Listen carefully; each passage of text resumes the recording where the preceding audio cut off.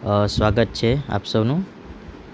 તો આ વિડીયોમાં આપણે જોઈશું ધોરણ 12, વિષય છે અર્થશાસ્ત્ર અને કુલ ગુણ છે 25. ઓકે મિત્રો, તો સૌથી પહેલાં જો તમે મારી ચેનલ પર નવા હોય તો ચેનલને લાઈક કરો, શેર કરો અને સબસ્ક્રાઈબ કરો, બરાબર? ઓકે મિત્રો, તો વિડીયોની શરૂઆત કરીએ.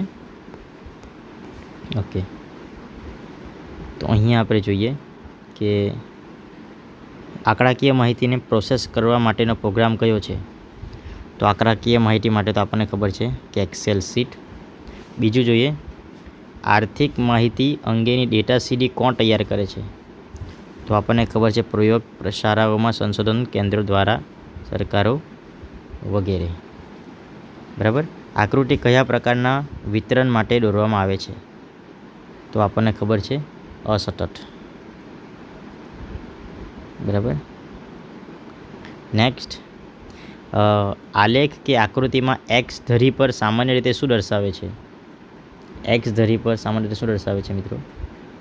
તો આમાં સ્વતંત્ર ચલ પણ આવે અને અચલ પણ આવી શકે છે મિત્રો.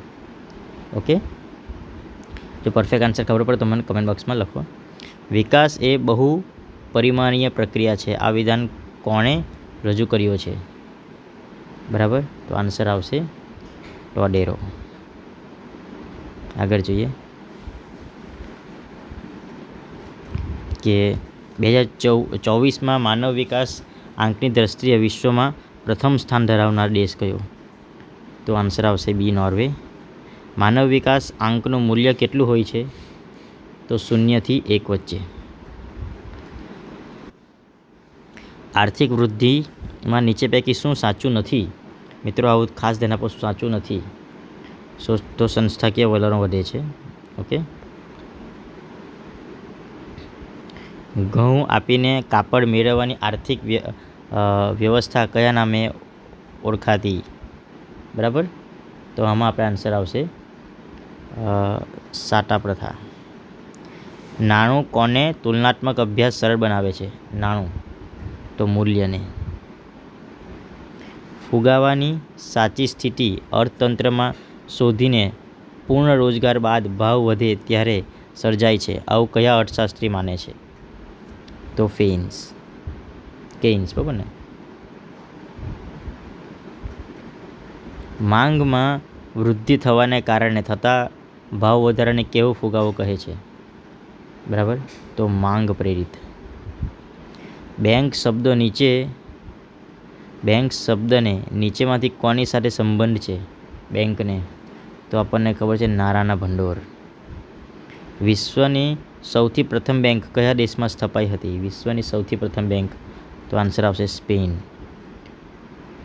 શાક સર્જનનું કાર્ય કોણ કરે. શાક સર્જનનું તો વેપારી બેંક. ધારો કે પ્રાથમિક થાપણ 5000 અને રોકડ અનામતનું પ્રમાણ 10% હોય તો અંતે કેટલા નાણાંનું સર્જન થશે. તો 50,000, બરાબર. ભારતમાં કઈ 5 વર્ષીય યોજનામાં ગરીબીને દૂર કરવાનો મુખ્ય લક્ષ્ય રાખવામાં આવ્યો હતો. તો આન્સર આવશે 5મી, બરાબર.